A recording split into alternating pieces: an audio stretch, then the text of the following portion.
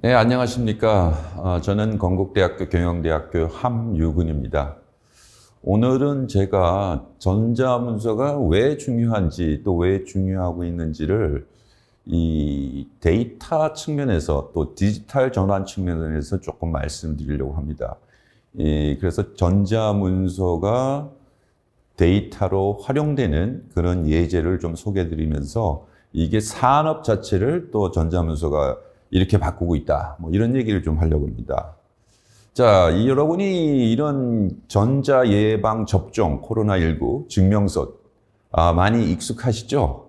네, 그만큼 이 전자문서라는 거는 이제는 국민 모두가 사용하고 있는 아주 친숙한 그런 매체가 되겠습니다. 그러니까 전자문서라는 게 멀리 있고 어디 뭐 기업이라든지 정부기관만 사용하는 게 아니라 여러분들도 모든 사람이 다 사용하는 그런 도구가 됐다. 그만큼 일반적인 그런 이제 어떤 수단이 됐다라고 보시면 되고요.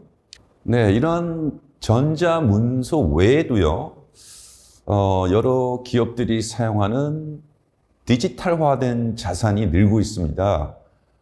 보시는 것 같이 뭐 사진도 있고요, 비디오도 있고, 그 외에 뭐 여러 가지 뭐 PDF 파일 등등 여러 가지 자료들, 데이터들이 디지털화되면서 이런 디지털한 자산이 굉장히 중요시 되고 있는 그런 상황입니다. 그래서 그거와 관련돼서 다음 화면을 한번 보시면은 자, 이 지금 자료를 보시면은요, 이게 뭐냐면은 글로벌 500대 기업의 자산 구성이 그동안 변했다. 이런 얘기죠. 그래서 1970년대 보면은 유형 자산이 뭐 건물, 뭐 이런 토지 등등 또 현금 이런 유형 자산이 거의 그 대부분을 차지했지만은 2020년대에 들어오면은 현재 보시면은 제일 오른쪽에 보시면 어떻습니까? 무형 자산이 거의 80% 이상을 차지합니다. 그런데 바로 이 무형 자산이라는 것에 이 전자문서가 있다. 네. 그 전자문서라는 거는 여러 가지 형태로 존재하지만요. 뭐 데이터베이스 속에 데이터로도 존재합니다. 그 얘기는 뒤에서 말씀드리겠지만은, 그만큼 이제는 기업의 그 가치, 기업의 자산, 이 중에서도 디지털화된 자산, 전자문서의 비중은 날로 커지고 있다. 이렇게 이제 보시면 되겠습니다. 그거와 관련된 이제 구체적인 예들을 좀 살펴보겠습니다.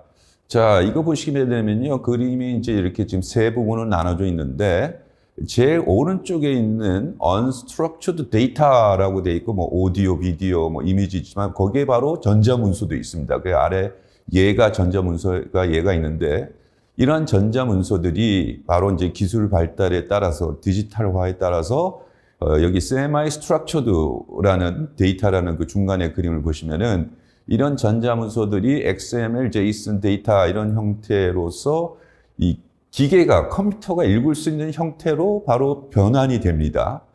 그리고 그런 변환한 데이터들이 바로 제일 왼쪽에 structured data. 보시면은 이제 데이터베이스 그림인데요. 바로 맨 오른쪽에 있는 전자문서가 데이터베이스화 되면서 그 속에 있는 전자문서에 있는 아주 중요한 내용들이 DB에 들어가는 거죠. 이렇게 되면은 기업들이 전자문서의 내용을 쉽게 여러 가지 용도로 활용할 수 있게 됩니다. 그래서 이런 정형화된 데이터가 전자문서가 이제 변환되면서 많이 사용되고 있고, 앞서 보셨던 우리가 코로나 예방 증명서도 이런 과정을 거쳐서 우리가 여러분 핸드폰에서 볼 수 있는 그런 예라고 할 수 있겠습니다. 자, 그래서 이건 좀 기술적인 얘기지만은 이 그림에서도 보면은 그 그림 왼쪽 보면은 여러 가지 이제 무슨 텍스트 문서가 있는데, 그런 것들이 여기 여러 가지 이제 최신 기술 AI도 적용이 돼서 바로 반정형화된 데이터가 되고, 또 나가서 DB화 되면은 우리가 활용하는 여러 가지 데이터가 되는 거죠. 자, 이렇게 이제 데이터베이스화 됐을 때 기업들이 여기서 최근에 전자문서를 많이 활용하는 그런 응용 분야가 있죠. 그게 바로 RPA라고 많이들 들어보셨을 겁니다. Robotic Process Automation. 그래서 이거 쉽게 얘기하면은 기존엔 사람이 수작업으로 하던 어떤 문서 작업, 처리 이런 것들을 이제 누가 하느냐? 로봇이 한다. 로봇이라는 게 여기서는 소프트웨어가 될 수도 있고 뭐 컴퓨터가 될 수도 있고 뭐 같은 의미죠. 그래서 그러니까 수작업이 자동화되는 겁니다. 로봇에 의해서. 그래서 이런 일들이 옛날에는 그 자동화된다는 거는 결국 문서 처리를 어떤 그 알고리즘이 처리하는 부분인데 이런 부분에서 이제 최근에는 이제 인공지능까지 도입이 돼서 훨씬 더 빠르고 정확하고 효과적으로 사람의 작업이 소프트웨어, 컴퓨터, 로봇이 하는 RPA가 기업들의 또 기관들에 더 확산되고 있다. 이것도 결국 전자문서를 처리를 이런 식으로 이제 하고 있습니다.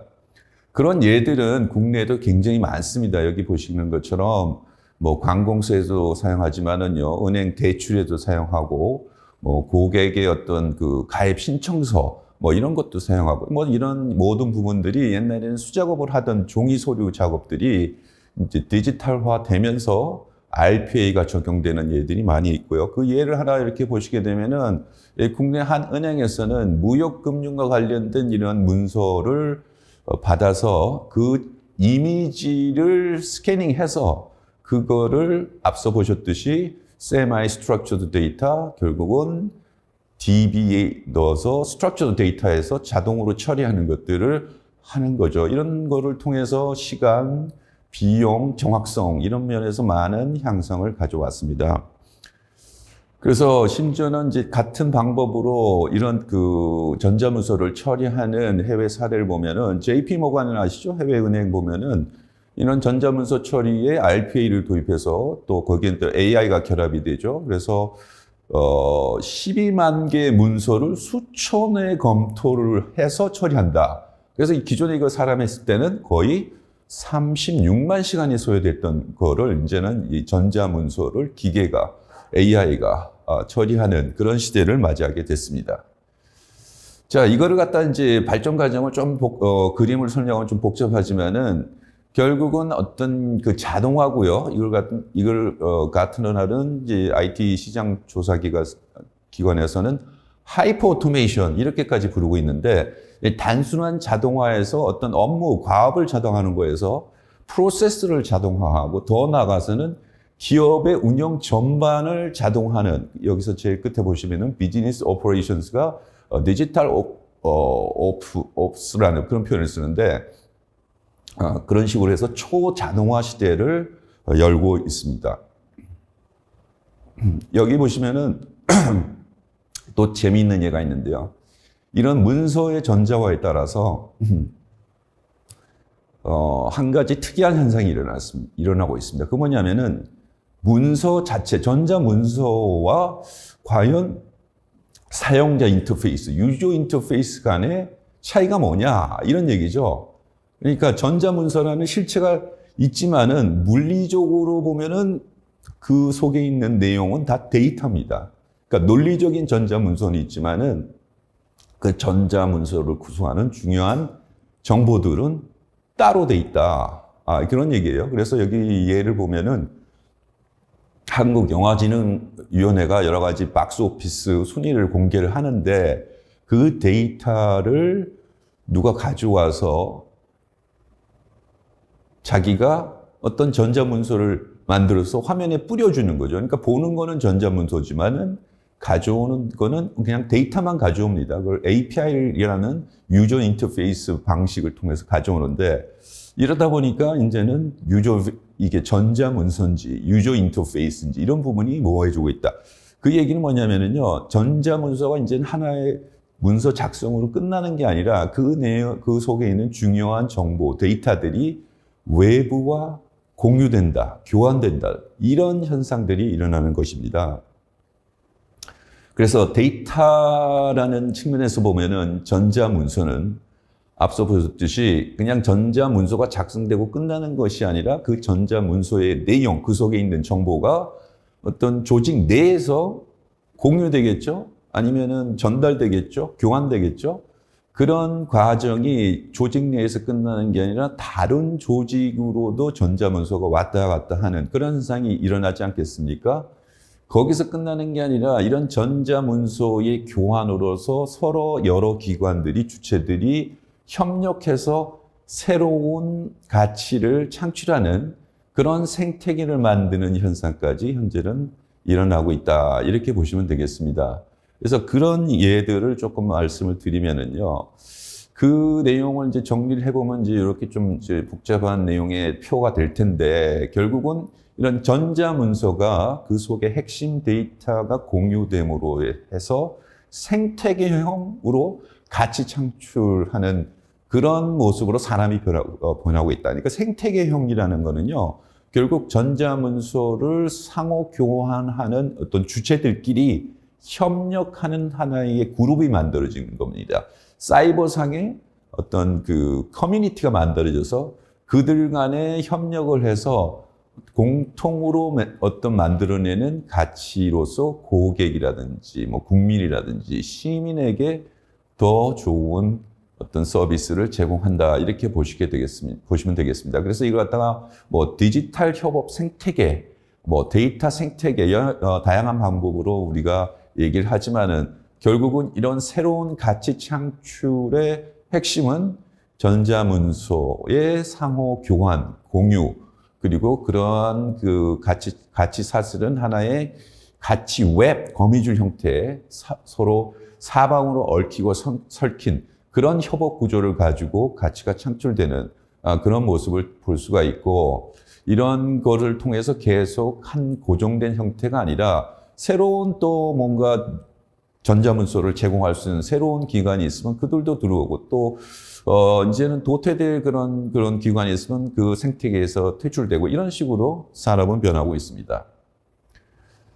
자, 여기 보시게 되면은 이거는 이제 제조업 얘기인데요. 그러니까 제조업 내에서도 요새 이제 공급 사슬이라고 해서 제조업과 여러 제조업과 관련된 예를 들어서 어떤 특정 제조업체가 있으면 그 제조업체와 관련된 협력업체가 있고 또 제조된 물품을 파는 또 판매업체가 있지 않겠습니까?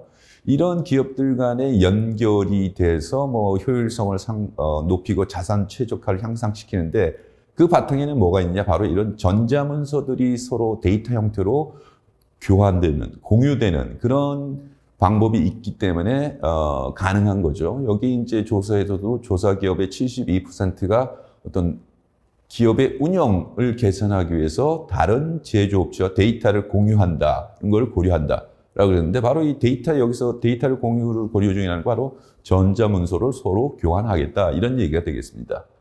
그래서 이런 것들은 현재로 보면은 대기업의 경우는 어떤 자기의 자산을 잘 활용하는데 자산 최적화에 굉장히 집중해서 활용하고 있는 그런 모습을 볼 수 있습니다.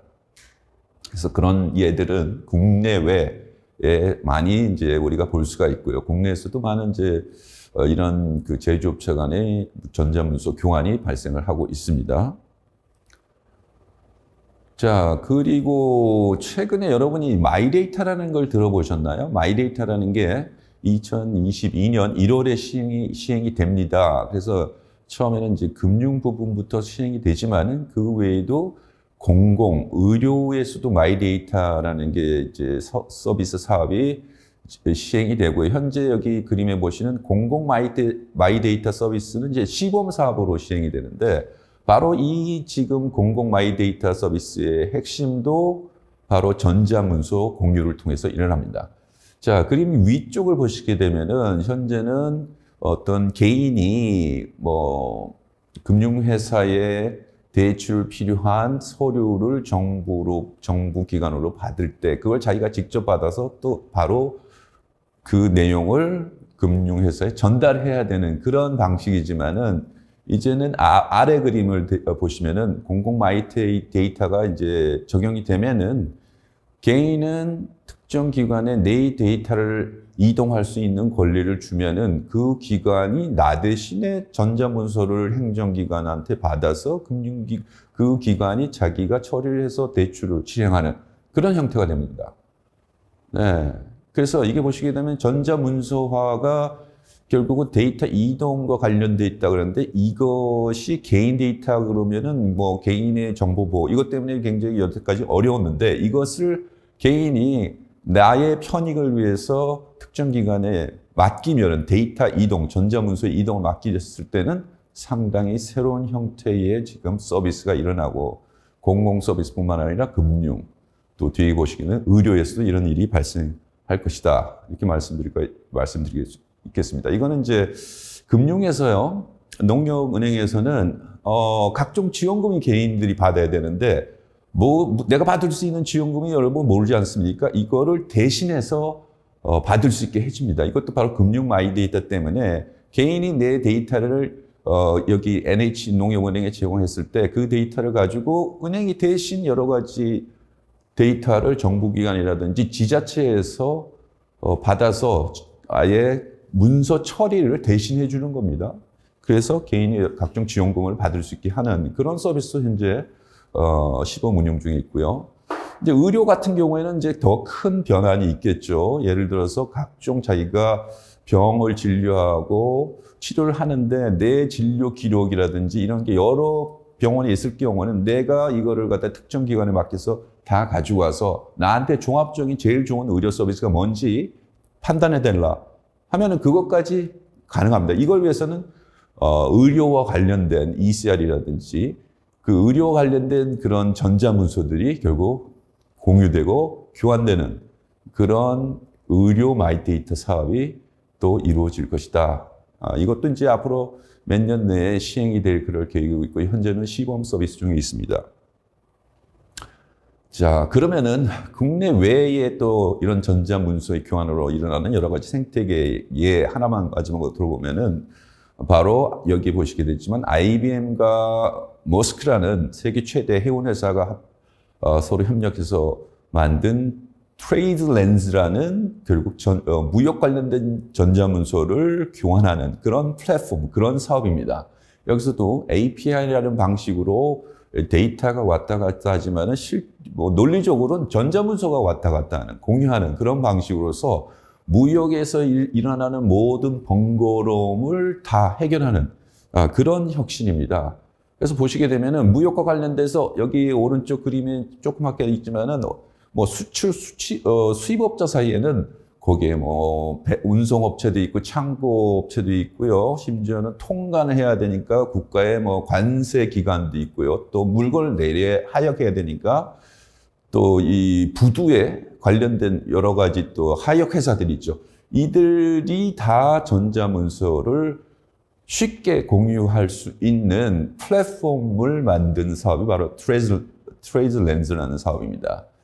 그래서 현재는 굉장히 많은 해운 회사들이 참여를 하고 있는 것뿐만 아니라 여기에는 해운에서만 참여하면 안 되죠. 지금 보시게 되면은 뭐 부두 예를 들어서 우리나라에도 인천항, 광명 이런 데들이 지금 참여하고 있고 관세청, 국가기관도 참여합니다. 우리나라에는 아직 참여 안 하고 있지만은 그리고 뭐 어떤 육상 배송업체도 참여해야 되고 이런 업체들 간의 업무 흐름을 전자문서를 처리하는 것을 다 여기를 통해서 그냥 한 플랫폼에서 다 처리할 수 있게 합니다. 네. 자, 그래서 여기 보시는 것처럼 굉장히 많은 전자문서들이 왔다 갔다 하고요. 아래 보시게 되면은 여러 가지 전자문서들이 있습니다. 그래서 수십 종의 전자문서들이 수출하는 것에서부터 시작해서 수입하는 것까지 왔다가 그런 전체 프로세스에서 발생할 모든 문서들이 여기서 다 공유되고 처리되는 그런 이제 플랫폼을 가지고 큰 혁신을 이룬 그런 예가 되겠습니다. 네, 그래서 이러한 그 혁신의 결과 어떻게 됐는지 2020년 한 해 동안 데이터를 보니까 이렇습니다. 결국은 이런 수출이 무역 건수 이렇게 처리한 건수가 17억 건이 넘고요. 그 과정에서 처리한 전자문서가 1,500만 건 이상의 문서가 처리된 거죠. 엄청난 양입니다. 그러다 보니까 거기서 또 컨테이너가 왔다 갔다 해야 되겠죠. 컨테이너 처리된 개수도 여기 있네요. 3,300만 개 이상의 컨테이너가 왔다 갔다 한 거죠. 그러니까 결국 이런 식으로 해서 비용, 시간, 모든 면에서 정확성도 높였지만은 또 그 과정에서 관세 통관에 관한 어떤 법 규제 준수도 상당히 효율적으로 처리한 겁니다, 결국은.